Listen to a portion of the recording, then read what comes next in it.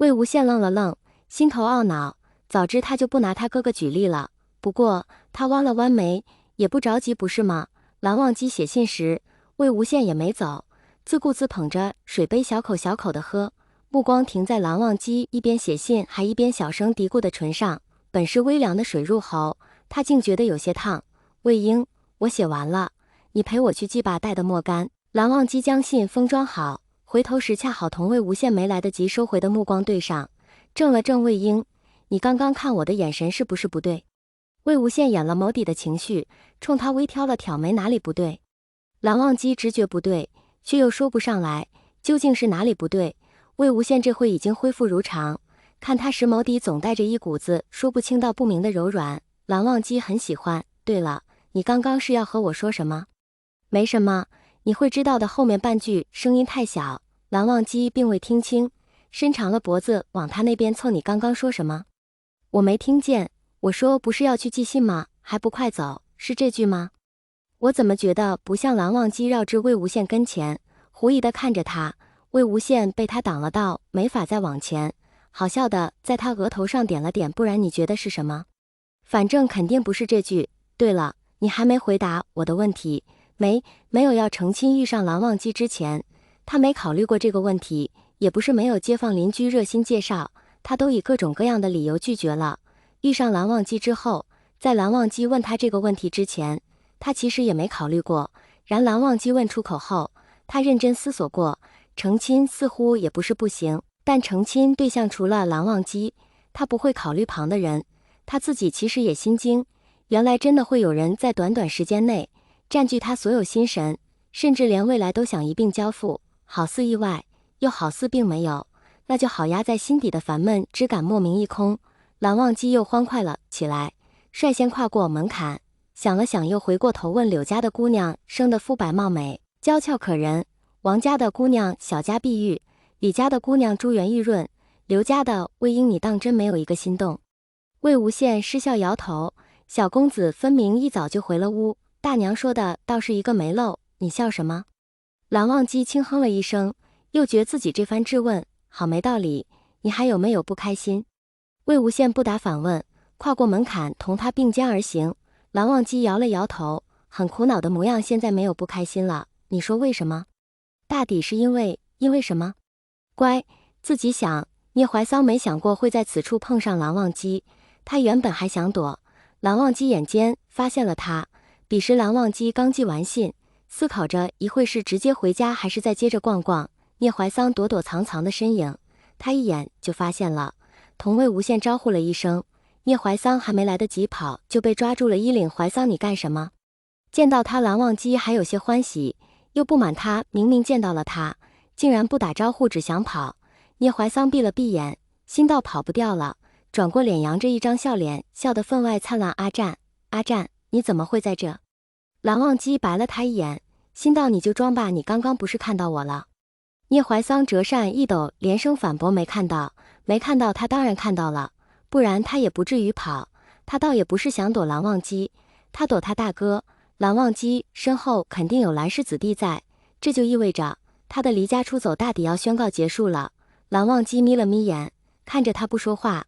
聂怀桑苦了一张脸，阿战，我承认我确实是看到了，我这不是他不是半天也没不是个下文来。蓝忘机就静静地看着他，准备怎么编。哎呀，阿战，我这回是偷摸着离家出走的，我还不想回去。他这话一说，蓝忘机就懂了，上下打量了他一眼，你带钱没？聂怀桑眨巴了一下眼，自怀里掏出钱袋，在他跟前抖了抖，什么都可以不带，这个可不能少。蓝忘机嗯了一声，抬头看了眼天色，说你请我吃饭吧。聂怀桑狐疑地看了他一眼，压低了声音，阿战，你是不是被人骗了？说罢还警惕地看了眼一旁的魏无羡。蓝忘机在他肩上拍了一巴掌，些许不满，你干嘛这样看着魏婴？他不会骗我的。聂怀桑被他拍得一阵龇牙，揉着肩膀有些无奈的模样。阿战，你拍我的时候，你不能提前说一声？蓝忘机轻哼了一声，冲他摆了摆手，我说了你就能躲过去？想啥呢？你不行。聂怀桑觉得这句不行是对他的一种侮辱，但想了想，他确实不行，遂把折扇一收，决定不和他计较。阿战，你不介绍一下这位公子？魏无羡原是安静地站在一旁，听得聂怀桑问起，朝他笑了笑：“你好，我叫魏婴，是蓝湛的朋友。”他在朋友二字上轻微咬中了发音，心头突如其来蔓延上了点滴不甘。他不甘心只同蓝忘机做朋友，也不甘心他们只是朋友。知小公子似是无知无觉，在一旁点头说：“对，这是我的朋友怀桑，我和你说，他人可好了？对了，魏婴，这是聂怀桑。”魏无羡点了点头，喊了声聂公子，看着两人相谈甚欢的模样，心下也不知是个什么滋味。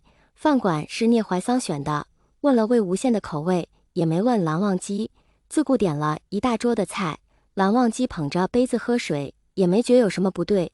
魏无羡留意了一下，聂怀桑点的菜多数都是蓝忘机爱吃的，还特意避过了他不喜欢的胡萝卜，他心下就更不是滋味了。阿占，你别同西城哥哥说我在这里等菜的间隙。聂怀桑觉得他还是应该再争取一下，哪怕是拖延点时间回家也行。蓝忘机奇怪的看了他一眼，反问：“我什么时候说要和哥哥说你在这里了？”聂怀桑一下子激动了起来，他就知道阿占是最好二字还没来得及说全，又听得蓝忘机悠道：“我直接和聂大哥说不行吗？”聂怀桑白激动了，他一下子烟扒了起来，已经想到了被他大哥抓回去逼着练刀的情景。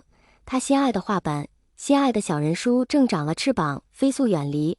蓝忘机眼睛亮亮的，又在他肩膀上拍了一下，也没忘了提醒他说：“怀桑，我要拍你了。”聂怀桑嗷呜了一声，跳起来的同时被拍了个正着，嘴角抽了抽，心道：阿占这家伙绝对是有强迫症。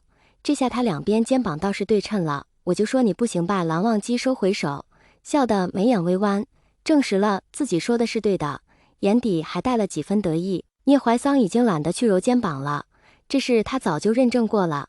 聂蓝两世交好，他们从小一起长大，小公子年纪最小，聂蓝两世都乐意宠着他，他当然也不例外。